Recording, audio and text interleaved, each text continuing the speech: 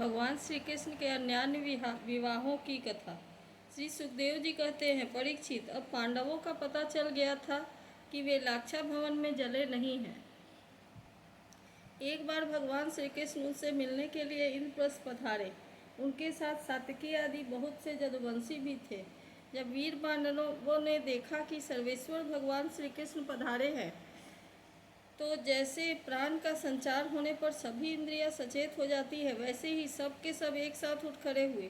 वीर पांडवों ने भगवान श्री कृष्ण का आलिंगन किया। उनके अंग से अंग इतने सारे ताप घुल गए। भगवान की प्रेम भरी मुस्कुराहट से सुशोभित मुख सुखमा देखकर वे आनंद में मग्न हो गए। भगवान श्री कृष्ण ने युधिष्ठिर और भीमसेन के चरणों में प्रणाम किया और अर्जुन को हृदय से लगाया। नकुल और सहदेव ने भगवान के चरणों की वंदना की। जब भगवान श्री कृष्ण श्रेष्ठ सिंहासन पर विराजमान हो गए, तब परम सुंदरी श्याम वर्णा द्रौपदी, जो नवविवाहिता होने के कारण तनिक लजा रही थी, धीरे धीरे भगवान श्री कृष्ण के पास आई और उन्हें प्रणाम किया। पांडवों ने भगवान श्री कृष्ण के समान ही वीर सात्विकी का भी स्वागत सत्कार और अभिनंदन वंदन किया। वे एक आसन पर बैठ गए। दूसरे जदुवंशियों का भी यथा योग्य सत्कार किया गया तथा वे भी श्री कृष्ण के चारों ओर आसनों पर बैठ गए। इसके बाद भगवान श्री कृष्ण अपनी फुआ कुंती के पास गए और उनके चरणों में प्रणाम किया। कुंती जी ने अत्यंत स्नेहवश उन्हें अपने हृदय से लगा लिया। उस समय उनके नेत्रों में प्रेम के आंसू छलक आए। कुंती जी ने श्री कृष्ण से अपने भाई बंधुओं की कुशल क्षेम पूछी और भगवान ने उनका यथोचित उत्तर देकर उनसे उनकी पुत्र वधू द्रौपदी और स्वयं उनका कुशल मंगल पूछा। उस समय प्रेम की विह्वलता से कुंती जी का गला रुंध गया था, नेत्रों से आंसू बह रहे थे। भगवान के पूछने पर उन्हें अपने पहले के क्लेश पर क्लेश याद आने लगे और वे अपने को बहुत संभाल कर, जिनका दर्शन समस्त क्लेशों का अंत करने के लिए ही हुआ करता है, उन भगवान श्री कृष्ण से कहने लगी, श्री कृष्ण, जिस समय तुमने हम लोगों को अपना कुटुंबी संबंधी समझकर स्मरण किया और हमारा कुशल मंगल जानने के लिए भाई अक्रूर को भेजा, उसी समय हमारा कल्याण हो गया। हम अनाथों को तुमने सनाथ कर दिया। मैं जानती हूँ कि तुम संपूर्ण जगत के परम हितैषी, सुहृदय और आत्मा हो। यह अपना है और यह पराया, इस प्रकार की भ्रांति तुम्हारे अंदर नहीं है। ऐसा होने पर भी श्री कृष्ण, जो सदा तुम्हें स्मरण करते हैं, उनके हृदय में आकर तुम बैठ जाते हो और उनकी क्लेश परंपरा को सदा के लिए मिटा देते हो। युधिष्ठिर जी ने कहा, सर्वेश्वर श्री कृष्ण, हमें इस बात का पता नहीं है कि हमने अपने पूर्व जन्मों में या इस जन्मों में कौन सा कल्याण साधन किया है। आपका दर्शन बड़े बड़े योगेश्वर भी बड़ी कठिनता से प्राप्त करते हैं और हम कुबुद्धियों को घर बैठे ही आपके दर्शन हो रहे हैं। राजा युधिष्ठिर ने इस प्रकार भगवान का खूब सम्मान किया और कुछ दिन वहीं रहने की प्रार्थना की। इस पर भगवान श्री कृष्ण इंद्रप्रस्थ के नर नारियों को अपनी रूप माधुरी से नयनानंद का दान करते हुए बरसात के 4 महीनों तक सुखपूर्वक वहीं रहे। परीक्षित, एक बार वीर शिरोमणि अर्जुन ने गांडूव धनुष और अक्षय बाण वाले 2 तरकस लिए तथा भगवान श्री कृष्ण के साथ कवच पहनकर अपने उस रथ पर सवार हुए जिस पर वानर चिन्ह से चिन्हित ध्वजा लगी हुई थी। इसके बाद विपक्षी वीरों का नाश करने वाले अर्जुन उस गहन वन में शिकार खेलने गए, जो बहुत से सिंह, बाघ आदि भयंकर जानवरों से भरा हुआ था। वहां उन्होंने बहुत से बाघ, सुअर, भैंसे, काले हरिण, सरभ, गवय, नीलापन लिए हुए भूरे रंग का एक बड़ा हिरण, गैंडे, हरिण, खरगोश और सल्लक, शाही आदि पशुओं पर अपने बाणों का निशाना बनाया। उनमें से जो यज्ञ के योग्य थे, उन्हें सेवकगण पर्व के समय जानकर राजा युधिष्ठिर के पास ले आए। अर्जुन शिकार खेलते खेलते थक गए थे। अब वे प्यास लगने पर जमुना जी के किनारे गए। भगवान श्री कृष्ण और अर्जुन दोनों महारथियों ने जमुना जी में हाथ पैर धोकर उनका निर्मल जल पिया और देखा कि एक परम सुंदरी कन्या वहां तपस्या कर रही है। उस श्रेष्ठ सुंदरी की जंघा, दांत और मुख अत्यंत सुंदर थे। अपने प्रिय मित्र श्री कृष्ण के भेजने पर अर्जुन ने उसके पास जाकर पूछा, सुंदरी, तुम कौन हो, किसकी पुत्री हो, कहाँ से आई हो और क्या करना चाहती हो? मैं ऐसा समझता हूँ कि तुम अपने योग्य पति चाह रही हो। हे कल्याणी, तुम अपनी सारी बात बतलाओ। कालिंदी ने कहा, मैं भगवान सूर्य देव की पुत्री हूँ। मैं सर्वश्रेष्ठ वरदानी भगवान विष्णु को पति के रूप में प्राप्त करना चाहती हूँ और इसीलिए यह कठोर तपस्या कर रही हूँ। वीर अर्जुन, मैं लक्ष्मी के परम आश्रय भगवान को छोड़कर और किसी को अपना पति नहीं बना सकती। अनाथों के एकमात्र सहारे प्रेम वितरण करने वाले भगवान श्री कृष्ण मुझ पर प्रसन्न हो। मेरा नाम है कालिंदी। जमुना जल में मेरे पिता सूर्य ने मेरे लिए एक भवन भी बनवा दिया है, उसी में मैं रहती हूँ। जब तक भगवान का दर्शन न होगा मैं यहीं रहूँगी। अर्जुन ने जानकर भगवान श्री कृष्ण से सारी बातें कही। वे तो पहले से ही यह सब कुछ जानते थे। अब उन्होंने कालिंदी को अपने रथ पर बैठा लिया और धर्मराज युधिष्ठिर के पास गए। इसके बाद पांडवों की प्रार्थना से भगवान श्री कृष्ण ने पांडवों के रहने के लिए एक अत्यंत अद्भुत और विचित्र नगर विश्वकर्मा के द्वारा बनवा दिया। भगवान इस बार पांडवों को आनंद देने और उनका हित करने के लिए वहां बहुत दिन तक रहे। इसी बीच अग्निदेव को खांडव वन दिलाने के लिए वे अर्जुन के सारथी भी बने। खांडव वन का भोजन मिल जाने से अग्निदेव बहुत प्रसन्न हुए। उन्होंने अर्जुन को गांडीव धनुष, 4 श्वेत घोड़े, एक रथ, 2 अटूट बाणों वाले तरकस और एक ऐसा कवच दिया जिसे कोई शस्त्रधारी भेद न सके। खांडव दाह के समय अर्जुन ने मैं दानव को जलने से बचा लिया था, इसीलिए उसने अर्जुन से मित्रता करके उनके लिए एक परम अद्भुत सभा बना दी। उसी सभा में दुर्योधन को जल में स्थल और स्थल में जल का भ्रम हो गया था।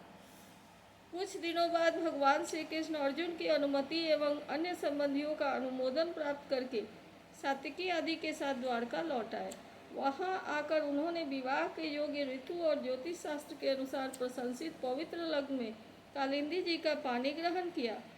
इससे उसके स्वजन संबंधियों को परम मंगल और परमानंद की प्राप्ति हुई। अवंती देश के राजा थे विंद और अनुविंद। वे दुर्योधन के वशवर्ती तथा अनुयायी थे। उनकी बहन मित्रविंदा ने स्वयंवर में भगवान श्री कृष्ण को ही अपना पति बनाना चाहा, परंतु विंद और अनुविंद ने अपनी बहन को रोक दिया।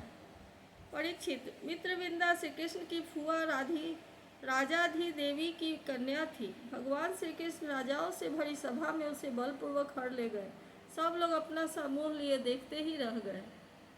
परीक्षित, कौशल देश के राजा थे नग्नजित। वे अत्यंत धार्मिक थे। उनकी परम सुंदरी कन्या का नाम था सत्या। नग्नजित की पुत्री होने से वे नग्नजिती भी कहलाती थी।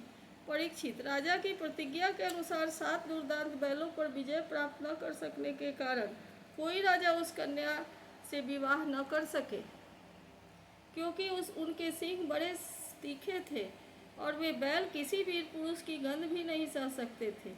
जब जदुवंश शिरोमणि भगवान श्री कृष्ण ने यह समाचार सुना कि जो पुरुष उन बैलों को जीत लेगा उसे ही सत्या प्राप्त होगी, तब वे बहुत बड़ी सेना लेकर कौशलपुरी अयोध्या पहुँचे। कौशल नरेश भगवान नग्नजित ने बड़ी प्रसन्नता से अपनी अगवानी की और आसन आदि देकर बहुत बड़ी पूजा सामग्री से उनका सत्कार किया। भगवान श्री कृष्ण ने भी उनका बहुत बहुत अभिनंदन किया। राजा नग्नजित की कन्या सत्या ने देखा कि मेरे चिर अभिलाषित रमा रमन भगवान श्री कृष्ण यहाँ पधारे हैं। तब उसने मन ही मन अभिलाषा की कि यदि मैंने व्रत नियम आदि का पालन करके इन्हीं का चिंतन किया है तो यही मेरे पति हो और मेरी विशुद्ध लालसा को पूर्ण करे।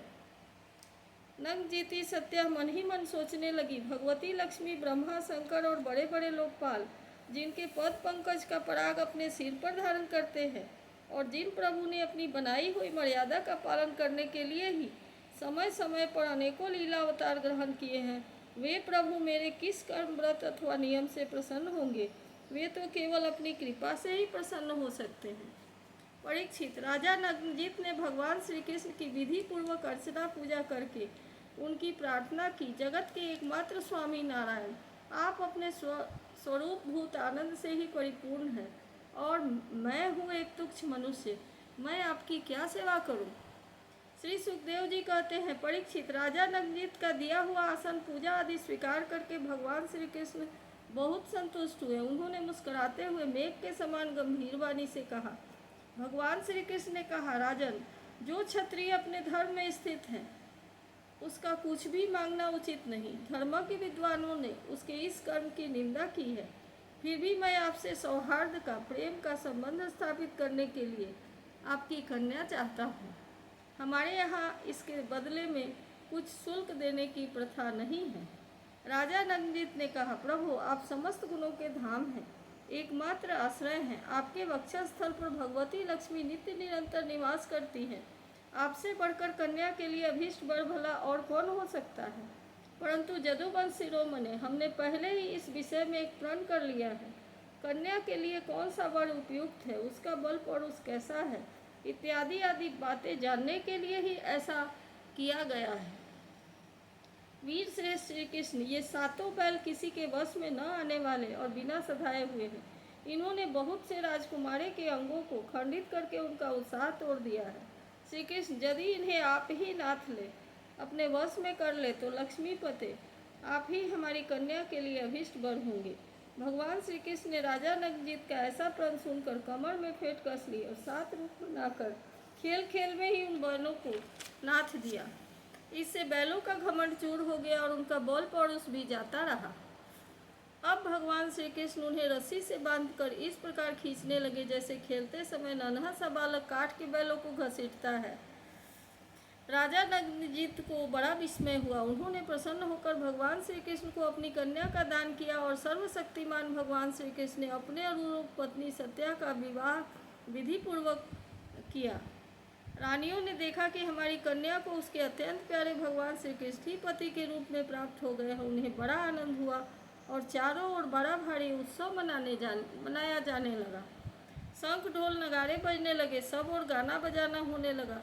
ब्राह्मण आशीर्वाद देने लगे। सुंदर वस्त्र, पुष्पों और हार और गहनों से सज धज कर नगर के नर नारी आनंद मनाने लगे। राजा नगजीत ने 10,000 गौएं और 3,000 ऐसी नवजुवती दासियां जो सुंदर वस्त्र तथा गले में स्वर्णहार पहने हुए थे, दहेज में दी। इनके साथ ही 9,000 हाथी, 9 लाख रथ, 9 करोड़ घोड़े और 9 अरब सेवक भी दहेज में दिए। कौशल नरेश राजा नगजीत की कन्या और दामाद को रथ पर चढ़ाकर एक बहुत बड़ी सेना के साथ विदा किया। उस समय उनका हृदय वात्सल्य स्नेह से उद्रेक से द्रवित हो रहा था। परीक्षित, जदुवंशियों ने और राजा नगजीत के बैलों ने पहले बहुत से राजाओं का बल पड़ोस धूल में मिला दिया था। जब उन राजाओं ने यह समाचार सुना तब उनसे भगवान श्री कृष्ण की यह विजय सहन न हुई। उन लोगों ने नगजीती सत्या को लेकर जाते समय मार्ग में भगवान श्री कृष्ण को घेर लिया और वे बड़े वेग से उन पर बाणों की वर्षा करने लगे। उस पर पांडव वीर अर्जुन ने अपने मित्र भगवान श्री कृष्ण का प्रिय करने के लिए गांडीव धनुष धारण करके जैसे सिंह छोटे छोटे पशुओं को खदेड़ दे, वैसे ही उन नरपतियों को मार पीट कर भगा दिया। तदनंतर जदुवंश शिरोमणि देवकी नंदन भगवान श्री कृष्ण उस दहेज और सत्या के साथ द्वारका में आए और वहां रहकर गृहस्थोचित विहार करने लगे। परीक्षित, भगवान श्री कृष्ण की फुआ श्रुतकीर्ति केकय देश में ब्याही गई थी। उनकी कन्या का नाम था भद्रा। उसके भाई संतर्दन आदि ने उसे स्वयं ही भगवान श्री कृष्ण को दे दिया और उन्होंने उसका पानी ग्रहण किया। मध्य प्रदेश की राजा की कन्या थी लक्ष्मणा। वह अत्यंत सुलक्षणा थी। जैसे गरुड़ ने स्वर्ग से अमृत का हरण किया था, वैसे ही भगवान श्री कृष्ण ने स्वयंवर में अकेले ही उसे हर लिया। परीक्षित, इस प्रकार भगवान श्री कृष्ण की और भी सहस्त्रों स्त्रियां थीं। उन परम सुंदरियों को तो वे भौमासुर को मारकर उसके बंदी गृह से छुड़ा लाए थे। इति श्रीमद्भागवत महापुराणे पारमहंस्या संहितायां दशम स्कंधे उत्तरार्धे अष्टमहिष्युदाहो नामाष्टपंचदश सप्तमोऽध्यायः।